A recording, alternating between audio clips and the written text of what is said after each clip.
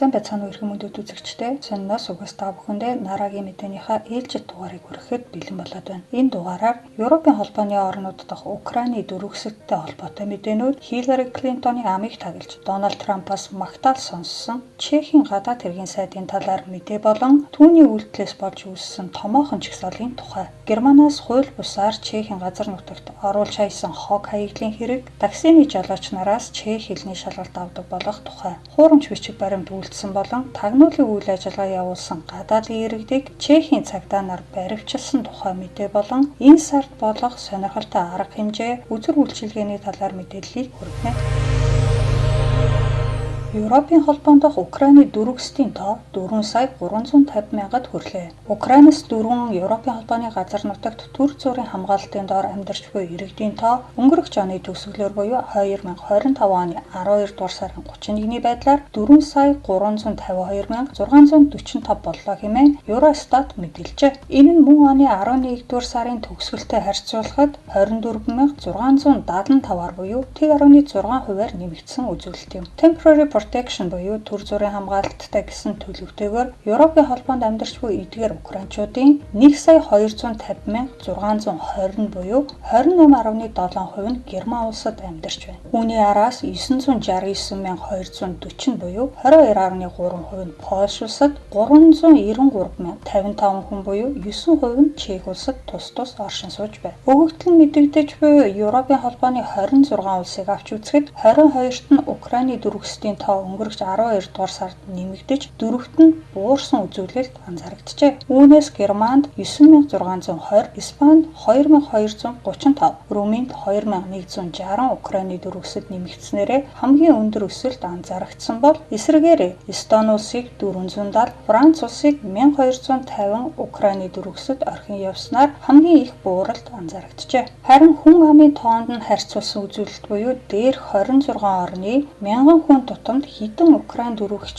нуугдаж буйг тооцоолоход 1-р Чех улс 1000-ыг харьцах нь 36, 2-р Польш улс 1000-ыг харьцах нь 26.6, 3-р Кипр болон Словак улсуудад тус бүр 1000-ыг харьцах нь 25.8 гэсэн харьцаатайгаар чагсаалтыг тэргүүлсэн байна. Мөн Европын холбооны төр хамгаалалтын доор оршин суугаа украинчуудын 43.6% нь эмэгтэйчүүд байгаа бол 30.5% нь 18 хүртэлх насны хүүхдүүд, 25.9% нь эрчүүд байна хэмээн Eurostat мэдээлжээ.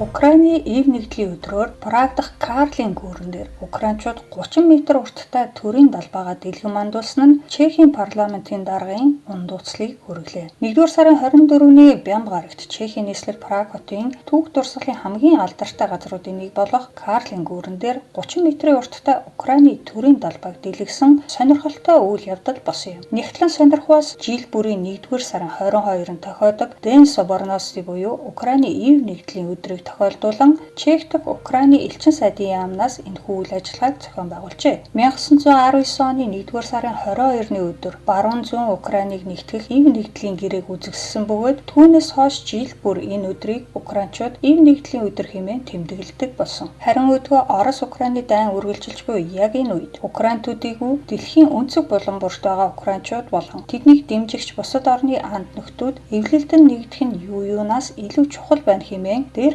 хэмжээний үеэр Чех дахь Украины элчин сайд Василь Зварич хэлсэн байна. Гэвч энэхүү үйл ажиллагаа нь Чехийн зарим иргэд болоод улс төрчдөд таалагдсангүй. Тухайлбал Чехийн СПТ намын тэргүүн парламентын доод танхимын спикер Томи Окомура 1-р сарын 25-нд өөрийн X хуудсанда уг арга хэмжээг шүүмжилсэн байр сууриа илэрхийлжээ. Тэрээр Украины элчин сайдын яамнаас зохион байгуулсан энэ арга хэмжээ нь Чех, Украин хоёр улсын харилцаанд ямар ч эерэг үр дагавар авчрахгүй. Харин ч эсрэгээр Украинчууд олноороо Чехэд оршин суухыг эсэргүүцдэг Чехийн зарим иргэдийн ундууцлыг хүргэсэн өдөөн хатгалаг болж байна. Бид Украинд биш, Чехэд байгаа. Хэрэв Чехүүд хуучин цагт Биг Бен эсвэл Эйфелийн цамх газ 10 дугаар сарын 28-ныг тохиолдуулан Чехийн далбаагаа өлгөсөн бол ямар байх байсныг төсөөлөөд үз. Ийм газар ийм үйл явдал давтагдуулах байх талаар би аль хэдийн гадаад хэргийн сайд Мацинкатай ярилцсан. Мөн манай засгийн газар Чехэд гадаадын иргэд оршин суух нөхцөлийг илүү чангатгах шинэ хууль бэлдэж байгаа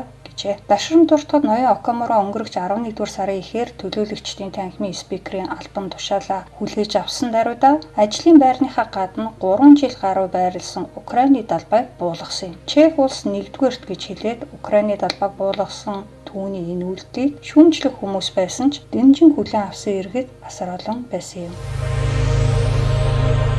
Украиныг үргэлжлүүлэн дэмжих хэсэгтэр Чехийн эрх баригчдын санал зөрөлдсөөр байна. Украины далбайтай холбоотой өмнөх мэдээ нь ердөө мөсөн уулын ил харагдах хэсэг гэхэд хэлцдэхгүй. Тодорхойлбол Украин улсыг дэмжих асуудал дээр Чехийн ерөнхийлөгч, засгийн газар болон сөрөг хүчний байр суурь харилцан адилгүй байгаа бөгөөд үүнийгээ дотооддооч тэр олон улсын хурал чуулганы энэ дээрч тэр аль тал нь илэрхийлсээр байгаа юм. Жишээ нь ерөнхий сайд Андрей Бабиш өнгөрөх оны 12 дугаар сарын дундуур засгийн газрын тэргүүнээр албан ёсоор томилогдсныхоо дараахан бид дайн эхэлснээс хойш л Украин улсад дэмжлэг үзүүлсээр байгаа бөгөөд цаашиж тусалсаар байх болно. Гэхдээ манай засгийн газар гол анхаарах зүйл нь Чехийн иргэдийн асуудлыг шийдэх явдал юм хэмээн мэдэгдсэн. Түүнээс хойш засгийн газрын байр суурь өөрчлөгдөөгүй бөгөөд энэ нь үйлдэлээр нь ч мөн илэрч байна. Оросын эсрэг тавьсан Европын хордлооны хоргийг Чех улс дэмжиж байгаагаас гадна Оросын газрын тосноос хараат байдлаар арилгасан. Хэдий тийм боловч Андрей Бабишийн засгийн газар инх тайвныг тогтооход илүү их хүчин чармаалт гаргахыг зорихын сацуу Украинд зэр зэвсгийн тусламж үзүүлэх тал дээр хүчээ бууруулахаар төлөвлөж байна. Тухайлбал Чехийн өмнөх засгийн газрын санаачлагаар Европын холбооноос хэрэгжүүлж эхэлсэн галт зэвсгийн сум Украинд нийлүүлэх ажиллагааг Бабишийн засгийн газар дэмжсээр байх хэдий ч цаашдаа уг ажилд хөрөнгө мөнгөөр хувь нэмэр оруулахгүй байхаар тогтжээ. Мөн энэ оны төсвийг батлахдаа батлан хамгаалахын салбарын зардлыг бууруулсан байна. Түүнчлэн ирэх 2 жилд Украин улсад Европын холбооноос олгох санхүүжилтийг бүрдүүлэхэд Чех, Унгар, Словак улсууд оролцохооргүй болсон билээ. Цаашлаад Бабишийн засгийн газар Чехэд түр орогнож буй Украины дүрвсдийн оршин суух эрхийг сунгахыг зөвшөөрсөн боловч тэдний нийгмийн халамжийг зүй бусаар ашиглаж буй эсхийг илүү сайн нэгтэлдэг болно гэж амлажээ. Засгийн газрын дээрх үйл хэргийг ерөнхийлөгч Петр Павел харин таатай хүлээж авсангүй. Тэрээр энэ цаг үед батлан хамгаалахын зардлыг бууруулж байгаа нь хариуцлагагүй үйлдэл гэж үзэж байгаа илэрхийлсэн байна. Мөн батлан хамгаалахын төсвийг тансны явдал нь Чех улс, Унгар, Словак улсуудын нийгэн адил Европын холбооны хүрээнд шоовдортлогдох үндэслэл болно хэмээн өмнөх засгийн газрын гишүүд нэмэж байгаа гин. Жишээлбэл өмнөх засгийн газрын тэргүүн Петр Фиала Украинд галт зэвсгийн сум нийлүүлэхгүй гэсэн байр сууриа эргэн харахыг Андрей Бабишаас хүсжээ. Бүр цаашлаад тэрээр Андрей Бабишийг Словакийн ерөнхий сайд Роберт Фицо, Унгарын ерөнхий сайд Виктор Орбан нартай нөхөрсөг харилцаатай байдгаа ашиглаад тэднийг Европын холбооны бодлогыг дэмжих тал руу ятгахыг хүссэн байна.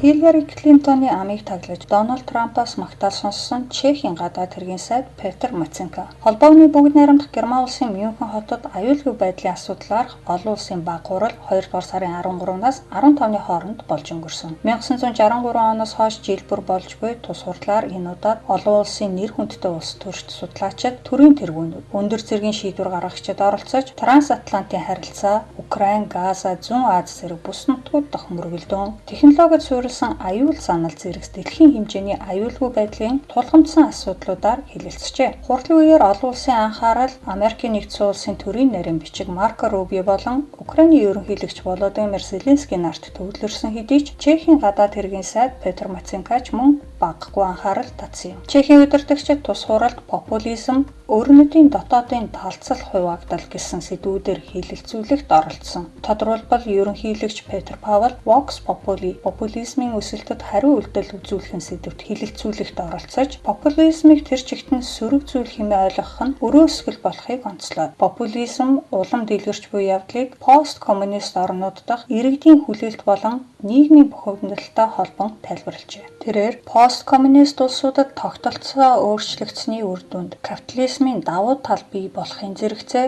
социализмын сайн талууд ч мөн хадгалагдсан үлдэнэ гэж итгэдэг хүмүүс цөөнгүй байдаг. Энэхүү хүлээлт ба бодит байдлын зөрүү нийгэмд хурцтмал байдлыг бий болгож улмаар популист улс төрчид үүнийг нь ашиглах боломж гарч ирсэн. Гэхдээ популизм нь ардчлалыг хамгаалах ёстой институтуудын эсрэг чиглэж эхлэхэд асуудал үүсдэг хэмээн популизмын эерэг болон сөрөг талыг тайлбарласан юм. Харин Чехийн шадар сайд бөгөөд гадаад хэргийн сайд Петр Маценко өрнөд дэх хуваагдал сэдвт хэлэлцүүлээд илэрхийлэгт Америкийн нэгдсэн улсын төрийн нарийн бичгийн дарга асан Хиллари Клинтон, Польшийн гадаад хэргийн сайд Радослав Сикорский, Болгарын улс төр судлаач Иван Красти нарын хамт оролцсон. Хэлэлцүүлгийн эхэнд Мацинка сэдвийн хүрээнд өөрийн үзэл бодлыг илэрхийлэхдээ өрнөдийг нэгдмэл соёл иргэншил байхаа болж үнэт зүйлсийн зөрчилдөөн өрнсөн бүс нутаг болсон хэмээсэн юм. Тэрээр энэ хуваагдал нь нэг талаас тусгаар улсын эрх ашиг, соёл, ёс заншлыг хадгалахыг хүсдэг консерватив үзэл, нөгөө талаас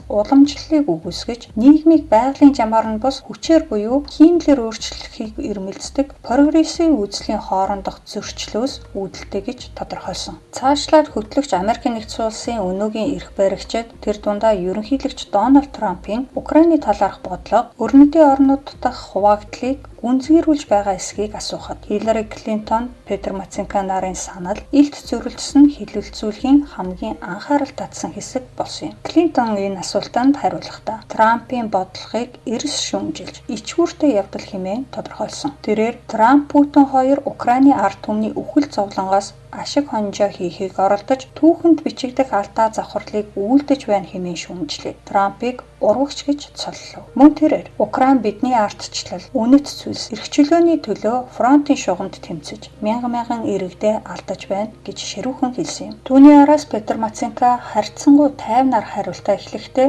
та Трампад үнэхээр дургүй бололтой хэмээн хошигноход Клинтон хариуд нь тийм ээ үнэхээр дургүй гэж хэлээд Трампын Америкийн нэгдсэн улс болон дэлхийд учруулж буй хор нөлөө нь дургуйцлынхын шалтгаан гэж тайлбарлав. Харин Мацинка Трампын бодлогыг арай өөр өнцгөөс харж байгаа илэрхийлсэн юм. Тэрээр Трамп бол хариу үйлдэл үзүүлж байна гэж би хардаг. Олон жилийн турш хэрэгжиж ирсэн энгийн хүмүүс болон бодит амьдралаас хэд холдсон алдаатай бодлогод үзүүлж буй хариу үйлдэл хэмээн ярьж эхлэхэд Клинтон түүний яриаг тасалж тодорхой жишээ дурдахыг хүсв. Хариуд нь Мацинка cancel culture, woke хувьсгал, гендрийн бодлого, уур амьсгалын өөрчлөлтөд дөрүүлсэн түгшүүрт автуулах бодлого зэргийг дуртахад Клинтон түүний яриаг дахин дасалж ямар гендер эмэгтэйчүүд эрхээ эдлэхийг хэлж байна уу хэмээн лавшруулв. Мацинка хариуд нь эрэгтэй эмэгтэй гэсэн байглаас заяагдмал хоёр хүсэл байдаг. Бусд нь бодит бус нийгмийн оролцогч талуудын хиймлэр үүсгэсэн ойлголтуудын зүйл гэж үздгээ хэлээд үндсэн асуултынхаа хариултанд орох гэтэл Хиллари Клинтон дахиад л яриагийн тасалж тэгвэл фронт дээр эрх чөлөөнийхөө төлөө тэмцэж амиа алдаж буй Украины ард түмнийг хөсөр хаях нь зөв гэж үү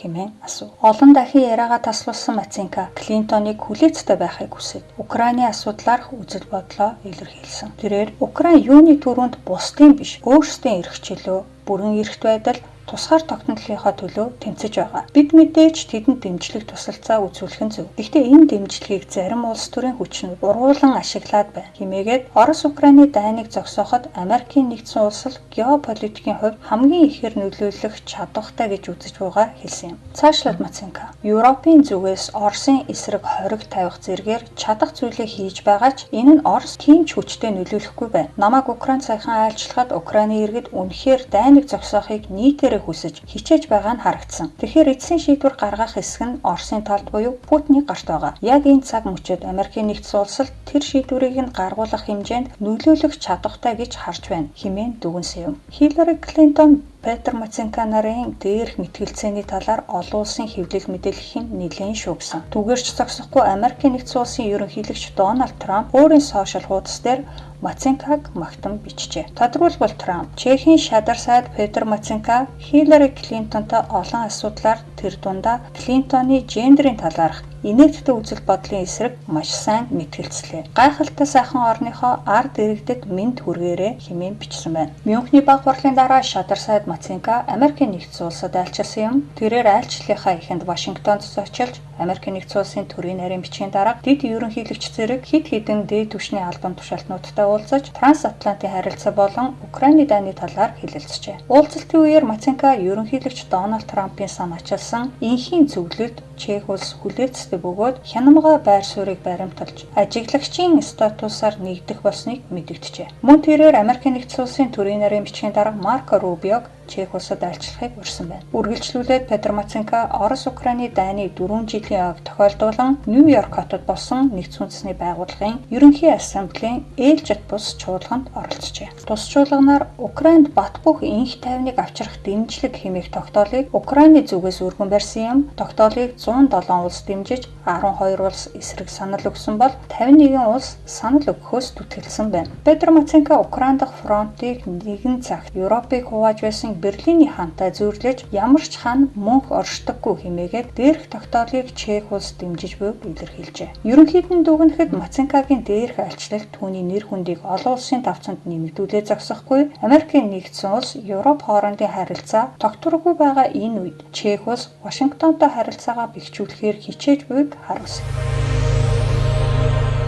2 дугаар сарын эхээр Чехэд болсон томоохон жагсаалын шалтгаан ба үр дагавар. Чехийн шин засгийн газар бүрэлдэж эхлэхээс ахуулаад хэд хэдэн асуудал дээр ялангуяа гадаад бодлого дээр ерөнхийлөгч Петр Павлтай зөрчилдөж буй тодорхой болсон. Эргэн сануулхад моторист намын гишүүн Филипп Түрекийг гадаад хэргийн сайдад нэр дэвшүүлэхэд ерөнхийлөгч хүлээн зөвшөөрөөгүй тул оронд нь моторист намын дарга Петр Маценко тус яамыг тэргүүлэхээр болсон. Дараа нь Түрекийг байгаль орчны яамны сайдаар томилох хүсэлт гаргасан боловч ерөнхийлөгч Павл Түрекийг ямар ч яамны сайдаар батламжлахгүй гэдгээ хатуухан мэдэгдсэн. Энэ явдал өнгөрөх 12 дугаар сард өрнөсөн билээ. Харин 1 дугаар сарын 27-нд ерөнхийлөгч Петр Павл өөрт нь сүрдүүлгийн шинжтэй ноцтой мессеж шадар сайд бөгөөд гадаад хэргийн сайд Петр Маценкогоос ирлээ хэмээн хэвлэл мэдээллийнхэнд мэдэгдсэн юм. Тодорхойлбол тэрээр өчигдөр орой маш ноцтой утга агуулгатай 2 мессеж надад гадаад хэргийн сайдаас ирсэн. Тэдгээрийг би бүрэн ихээр нь олон нийтэд дэлгэхээр шийдлээ. Энэ мессежүүдийг би сүрдүүлгийн шинжтэй гэж үзэж байна. Ардчилсан нийгэмд ийм зүйлийг төвчж болсошгүй гэжээ. 1-р сарын 26-ны даваа гарагийн өдөш Маценко ерөнхийлөгчийн зөвлөх Петр Колашаар дамжуулан илгээсэн эхний мессежийг харуул. Би ноён ерөнхийлөгчтэй цаашид яаж харилцах талаар буцалтгүй шийдэлд хүрлээ. Үүнийг маань тэр мэдхэн зүйтэй гэж бодож байна. Тэр Түрекийг байгаль орчны сайдаар батламжилсан цагт л амар тайван байж чадна. Хэрэг тэгэхгүй бол би түүнд улс төрийн сурах бичигт бичигдэх хэмжээний шахалт үзүүлэх болно. Энэ тал дээр ерөнхий сайд төдийгүй СПД намынхан ч намайг дэмжиж байгаа. Ерөнхийлөгч сүрдүүлэхэнд автахгүй гэдгийг ойлгож байгаа. Гэхдээ улс төрд ямар нэгэн зүйлд нөлөөлөхийг хүсвэл уулт хийдэг байх ёстой болдог. Нэг бол бүх зүйл боломжтой болно, эсвэл юу ч боломжгүй болно. Энэ бүхнийг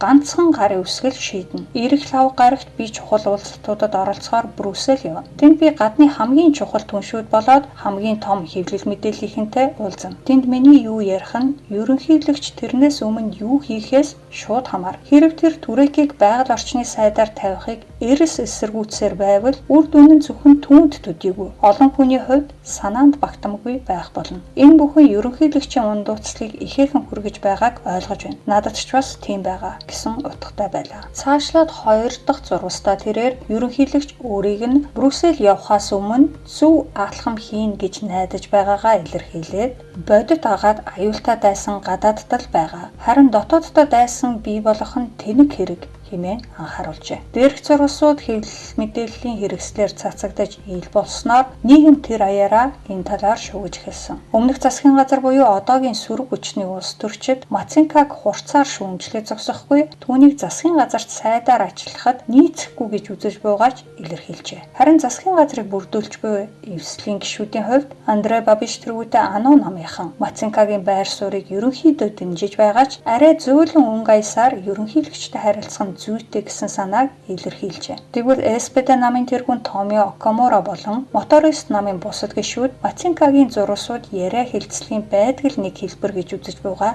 илэрхийлсэн байна. Петр Маценко ч мөн эдгээр зурвас нь сүрдүүлэг биш хэлцлийн нэг хэлбэр хэмээн хэвлэл мэдээллийнхэнд тайлбар өгсөн. Засгийн газар бүрэлдэж эхлэх үеэс л мотористууд намаас зарим яамыг удирдах болсонд дургуйцэж эсэргүүцлээ илэрхийлж байсан иргэд цөөнгүй байсан. Тэгвэл дээр хүл явдал гал дээр тос нэмэх адил бүрч олон иргэдийн ундууцлыг хүргэж улмаар 2 дугаар сарын 1-ний өдөр Маценког эсэргүүцэгчдийн томоохон жагсаал боллоо. Милан Хвилэг Про Демокраци буюу ардчлалын төлөө сая хором нийгэмлэгийн санаачлагаар зохион байгуулсан уг жагсаал Праг хотод гэхэд 90,000 орчим хүн нэгдсэн байна. Мөн Чехийн бусад хотуудад тэдэнтэй санал нэгтэй хүмүүсийн жагсаал болжээ. Жагсаалд оролцогчид зөвхөн дээрх асуудал дээр Мацинкаг эсэргүүцэж ерөнхийлөгчийг дэмжиж буйгаа илэрхийлээ зогсохгүй. Европын холбоо, НАТО, Украины дайн зэрэг гадаад бодлоготой холбоотой асуудлууд дээр ерөнхийлөгч Петр Павлийн байр суурийг дэмжиж буйгаа илэрхийлж, Стоимеза президентэн буюу ерөнхийлөгчийн ард бид зогсож байна гэсэн утгатай урай лоозон барьсан байлаа. Мөн тус нийгэмлэгийн зүгээс энэ асуудал дээр санал нийлж буй 1 сая иргэний гарын үсэг цуглуулах хаяныг цахим орчимд өрнүүлээд байгаа ба үүнд нь одоогоор 780 мянга гаруй иргэн нэгджээ. Ийхүү иргэдийн хүчтэй эсэргүүцэлтэй тулгарсан засгийн газар энэ удаа тодорхой хэмжээний буулт хийхээр шийдсэн бололтой. Филипп Дүрекийг яамны сайдаар томилох гэж дахин хүчилсэнгүй. Гэхдээ мотористууд намын гишүүнээр байгаль орчны яамыг удирдуулна гэсэн анхны байр сууриас бас арай ухарсангүй. Тодорхойлбол мэдээллийн технологийн чиглэлээр бакалавр магистрийн түвшний боловсрол эзэмшсэн бизнесмен багш Игор Червений хэмээх мотористууд намын гишүүнийг байгаль орчны сайдаар томилох шийдвэр гаргажээ. Тус шийдвэрийг нь ерөнхийлөгч хүлээн зөвшөөрч 2 дугаар сарын 23-ны өдөр батламжилснаар Андрей Бабишийн кабинет бүрэн бүрэлдэхүүнээрээ ажиллаж эхэллээ. Таксины жолооч нарт чех хэлний шалгуур тавих тухай хууль. Чехийн зам тээврийн яам таксины жолооч нарт чех хэлний шалгуур тавих тухай хуулийг өргөн барихаар бэлдэж эхэлжээ. Нэг талаас дотоодын такси компаниуд дэмжиж байгаа энэхүү хуулийг, нөгөө талаас Bolt, Uber зэрэг олон улсын компаниуд үйлчилгээний үнийг нэмэгдүүлэх эрсдэлтэй гэж харж байгааг. Учир нь унаа хөлслөх эдгээр дижитал платформуудын хувьд үйлчилгээний тариф нь эрэлт нийлүүлэлтээс хамаарат бодит цагаар өөрчлөгдөж байдгаараа уламжлалт такси үйлчилгээнээс ялгардаг. Тиймээс жолооч нар чех хэлний шалгалтад авах шаардлага тавьснаар шалгуур хангах жолоочийн тоо буурч улмаар үйлчилгээний үн мэдэгдэхүйц нэмэгдэх эрсдэлтэй ажээ. Ялангуяа таксины жолооч нарын дийлэнх хувийг гадаадууд эзэлдэг Праг хотод ийм нөхцөл байдал үүсэх нь дамжиггүй. Тодорхойлбол зам тээврийн яамнаас гаргасан мэдээлэлээс харахад 2025 оны байдлаар Праг дахь таксины жолооч нарын 41%-ийг чехүүд эзэлж байгаа бол үлдсэн 59%-ийг гадаадууд бүрдүүлж байна. Гэвч хэрэглэгчдийн талаас харвал гадаад таксины жолооч нартай ойлголцоод хүндрэлтэй байдаг, зарим нь чех, англи хэлний аль наранч ойлголцож чаддаггүй зэрэг асуудалтай тулгарх нь түгээмэл байдаг байна. Тиймээс таксины жолооч болохын тулд заавал чех хэлний шалгалт авсан байхыг шаарддаг болохоор хуулийн заалтыг зам тээврийн яамнаас бэлдэж байгаа бөгөөд энэхүү заалтаа 2028 оны 1-р сараас хэрэгжүүлж эхлэхээр төлөвлөж байна. Одоогоор шалгалтын агуулга бүтцийг хараахан наривчилж тодорхойлоогүй байгааг нь зарим такси компани уг хууль хэрэгжихэд аль хэдийн бэлэн байгаагаа илэрхийлсэн бол зарим нь одооноос жолооч нараа сургалтанд хамруулж эхлэхээр болжээ. Жишээлбэл Чехийн дотоодын дижитал платформ дээр суурилсан такси ба хүргэлтийн үйлчилгээний Liftago компани нь жолооч нартай чех хэлний наад захын харилцааны мэдлэгтэй байх шаардлагыг тавьдаг болоод удаж байгааг нь. Харин уламжлалт такси үйлчилгээний AAA такси компани жолооч нарын хувьд 99% нь чех бөгөөд цөөхөн байдаг гадаад жолооч нар нь чехээр хангалттай сайн ярьдаг гин. Тэгвэл гадаад жолооч олонтой Bolt компани хувьд энэ оноос эхлэн хэл сургалтын Linguist платформтой хамтарсан сургалтанд гадаад жолооч нараа хамруулдаг болжээ. Германаас хууль бусаар Чехийн газарт нутагт хаясан хог хаягдлын хэрэг. 2024-өөс 25 оны хооронд Чехийн зүүн бүс нутагт нийтдээ 526 тонн хог хаягдлыг Германы нэгэн компани хууль бусаар оруулж хайжээ. Тодорхойлбол Германы Бавар мужид төвтэй гэгдэх Roth International компаниас их хэмжээний хог хаягдлыг Чех дахь туслан гүйцэтгэгч Pyroplast хэмээх компаниар ачуулж 2024 оны 6 дугаар сар орчимд Брно хотын захын хорны Хершпицэ дүүрэгт байрлах томоохон хашаанд хаяулжээ. 317 тонн орчим тус хогийг хаяхдаа энгийн хуванцар хаягдалт тул дахин боловсруулалтанд өгөх хүртлээ буюу ердөө 14 хоног л тухайн газарт байлгана гэд орхисон гин. Гэвч 14 хоног өнгөрсөн ч эргэж ирж хог авахгүйгээр барахгүй. Төлбөр мөнгөөч төлөлгүй таг алга болжээ. Мөн авчирч хайсан хогонд нь онгоцны далавч, салхин турбины сенс, юунч мэддэхгүй олон шуудаатай юм гээд хортой хоргүй 9 шидийн хог хаягдал багтжээ. Харин Моравсилэсийн аймгийн Брунтал дүүрэгт харьяалагдах Иршиков тосгоны орчимд 2024 оны 12 дугаар сарын дундуур мөн л цэвэр хуванцар хаягдал гэсэн нэрийдлэр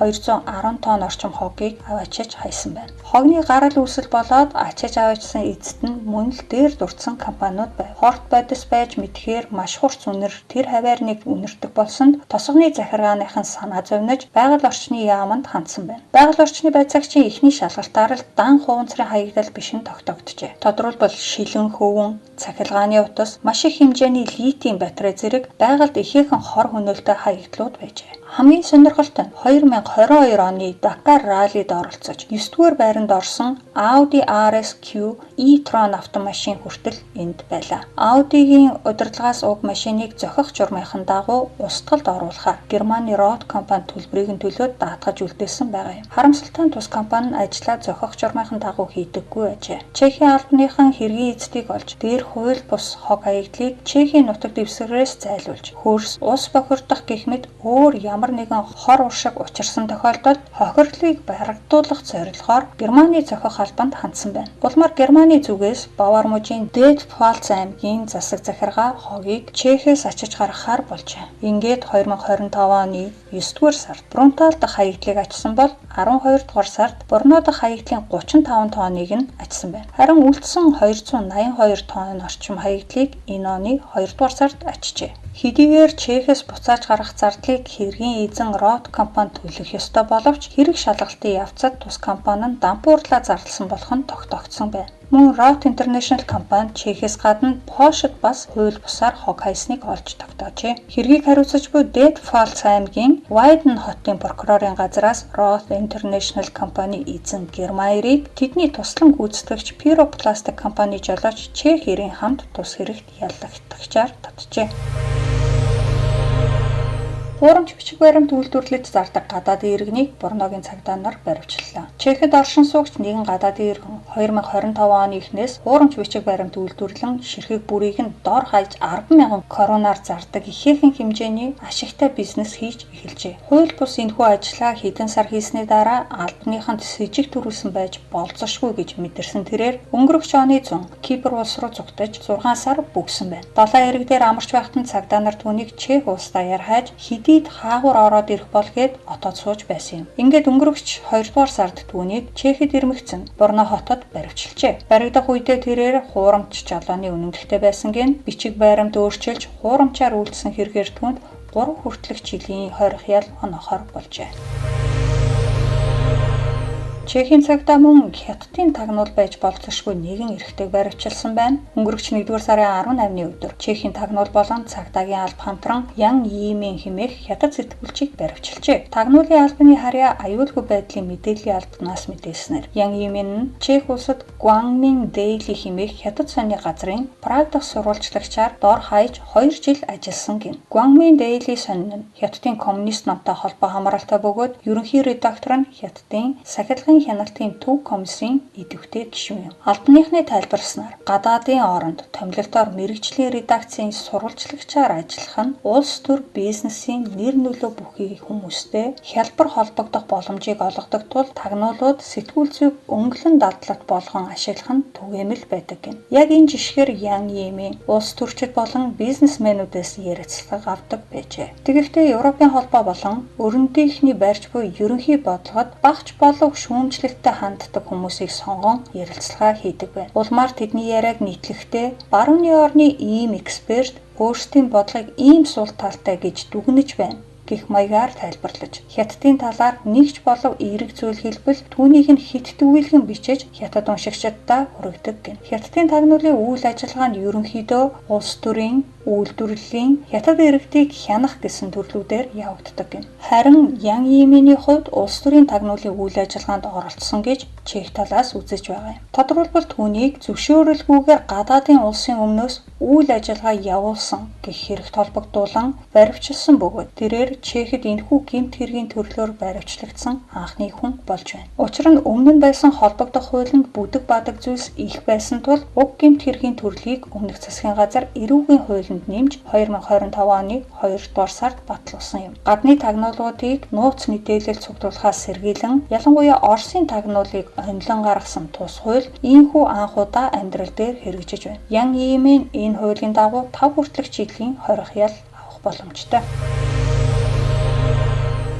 Нараг мэдээтэй хамт байгаа үзэгчдэнд баярлалаа. Мэдээнийхээ төгсгөл та бүхэндээ 3 дугаар сард үзэж сонирхох арга хэмжээ үзрүүдийн талаар мэдээлэл хүргэе. Чех дахь Монгол уран бүтээлчдийн ээлжид үзэсгэлэн нэгдлээ. Праг 8 дүүрэгт байрлах Чех Монголын нөхөрлөл хамтын ажиллагааны нийгэмлэгийн байранд 2 дугаар сарын 14-нд Чех дахь Монгол уран бүтээлчдийн ээлжид үзэсгэлэн нэгдсэн байна. Энэ удаагийн үзэсгэлэнд уран зураг, гэрэл зураг, хөрөг хайчилбар, нэхмэл гутал, эсхий олбог, ширдэг, Монгол дээл, цамц, гоёл чимэглэлгээд өмнөх үзэсгэлэнгээс илүү олон төрлийн бүтээл тавигджээ. Мөн энэ үзэсгэлэнд Унгар улсад амьдардаг мэрэгжлийн уран байрмалч бүтээлийнхээ дээжийг илгээснээрээ онцлог болж байна. Үзэсгэлэн 3 дугаар сарыг дуустал үргэлжлэн хэрэв та үзэсгэлэнг үзэхийг хүсвэл дэлгэцээр харагдаж буй имэйл хаяг утасны дугаараар холбогдож зочлох өдөр цагаа урьдчилан товлоорой. 6 гурчих 6 бороонд үүрч цайхад дугаараа хүн бүрийн сэтгэлийн хүндэнд хүрсэн The Royal Heart X хамтлаг Европ тоглолтоо хийгдэж байна. Монголын амьд хөгжмийн ертөнцид шинэ дууралт, бүтээлч хандлагаараа ялгаран гарч ирсэн инди поп альтернатив урсгалаар дуулдаг уг хамтлагийн Чех дахь тоглолт 3 дугаар сарын 14-нд Прагийн Люцерна Music Bar-нд 18 цагаас эхэлнэ. Тасалбарын үн 1000 крон. Та бүхэн тасалбараа урьдчилан онлайнаар Portal CMN сайтаас Монгол болон гадаад банкны альч картаараа авах боломжтой. Харин үүднээс тасалбар авах тохиолдолд зөвхөн бэлэн мөнгөөр авах боломжтой. Дуу, дүрс, гэрлийн гайхамшигт цогцлол, маргаашийн цувраа үзэсгэлэн. Жил бүрийн намар Прагт болдог гэрлийн супер шоу Signal фестивалыг зохион байгуулагчид Echoes of Tomorrow буюу маргаашийн цувраа хэмээх үзэсгэлэнг нээжээ. Тус үзэсгэлэн 3 дугаар сарыг дуустал үргэлжлэн тасалбарын үн ажлын өдрүүдэд 209-с 399 крон, амралтын өдрүүдэд 219-с 439 крон. Дэлгэрэнгүй мэдээллийг signalspace.com сайтаас аваарай. Хаврын баяр 2026 Пилсен хотод болно. Чех дахь монголчуудын дунд жил бүр зохион байгуулагддаг Хаврын баярын спорт наадам энэ жил 3 дугаар сарын 27-оос 29-ны өдрүүдэд Пилсен хотод болно. Энэ удаагийн наадам сакс, волейбол, хөл бөмбөг, ширээний теннис, шатар гэсэн 5 төрлөөр зохион байгуулагдана. Мэдээж уламжлалт ёсоор after party бас болно. Та бүхэн Хаврын баяр 2026 спорт наадам болон after party-ны талаарх дэлгэрэнгүй мэдээллийг Facebook дээрх Хаврын баяр спорт наадам нэртэй групп болон Хаврын баяр 2026 ивентээс аваарай. Дараагийн мэдээтэй хамт байсан үзэгчдэнд баярлалаа. Дараагийн дугаараар иргэн уулзтлаа. Түр баяртай.